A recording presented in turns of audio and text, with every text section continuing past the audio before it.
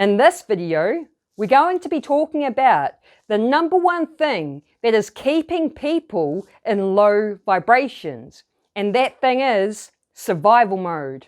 Now, most people spend 70% of their time operating in survival, and we shouldn't be spending our dominant amount of time there, because living in survival means that we're living in stress. So survival mode is what is keeping us in these lower frequencies, in these lower survival emotions. Now, emotion stands for energy in motion. And this chart is the scale of consciousness from Dr. David Hawkins' book, Power versus Force. So we have two autonomic nervous systems.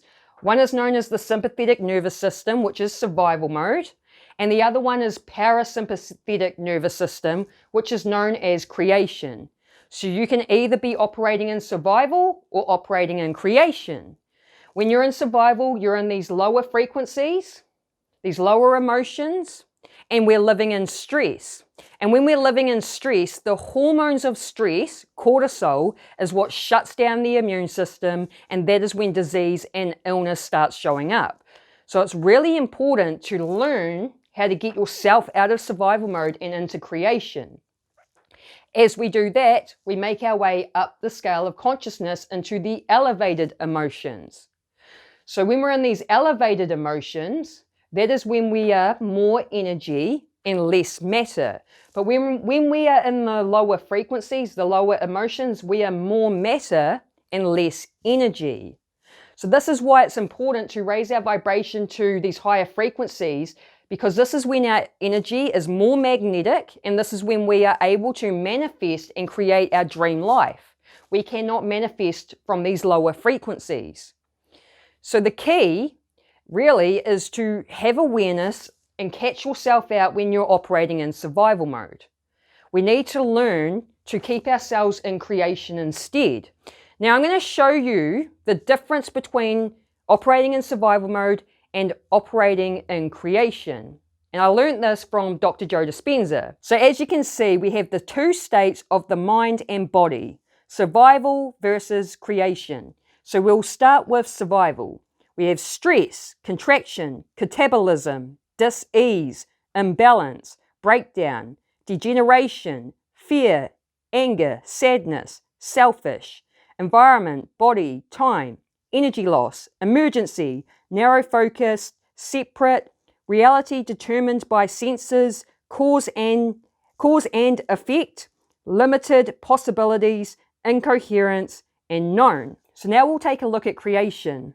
We have homeostasis, expansion, anabolism, health, order, repair, regeneration, love, joy, trust, selfless, no thing, no body, no time, energy created, growth and repair, open focus, connected, reality beyond senses, causing an effect, all possibilities, coherence, unknown. So as you can see, it's really important for us to stay out of survival mode and to be operating and spending our dominant amount of time in creation.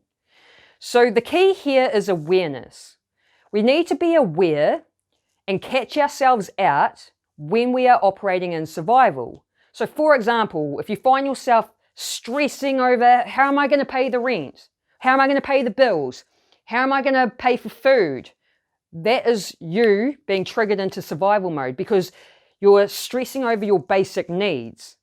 And it's really easy for us to stress over our basic needs, because I believe that the globalists who are billionaires that are running this world created this system designed to manipulate us to be operating in survival, because most people have all these high living costs and then they don't earn enough in their job to pay for their basic needs. That's why they're being triggered into survival mode. How do I afford to pay my rent? How do I afford to pay for food?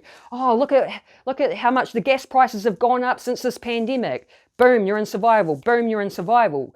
So what you want to do is just have that awareness to catch yourself out. Like, okay, I'm operating in survival right now. I need to switch myself out of the sympathetic nervous system and into the parasympathetic nervous system.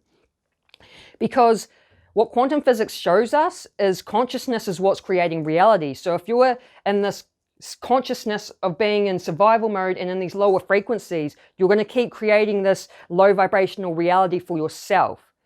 So this is why awareness is important. Now, people that are operating in survival mode don't breathe properly either.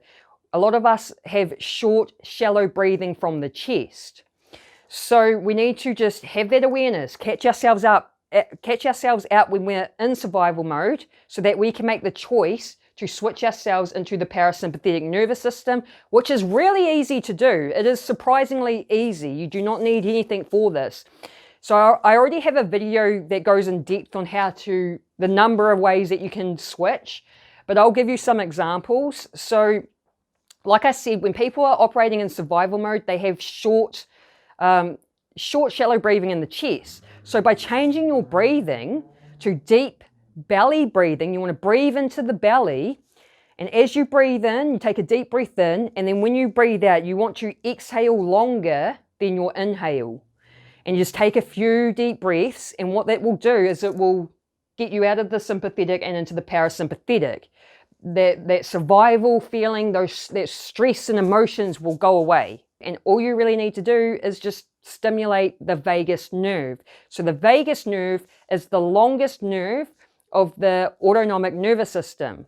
And it starts at the bottom of the brain, it comes down the throat, it's connected to your throat muscles and vocal cords, it comes down into your heart, lungs, and into your intestines. So you can do a number of things that will stimulate this nerve, which will switch you from sympathetic nervous system to the parasympathetic nervous system.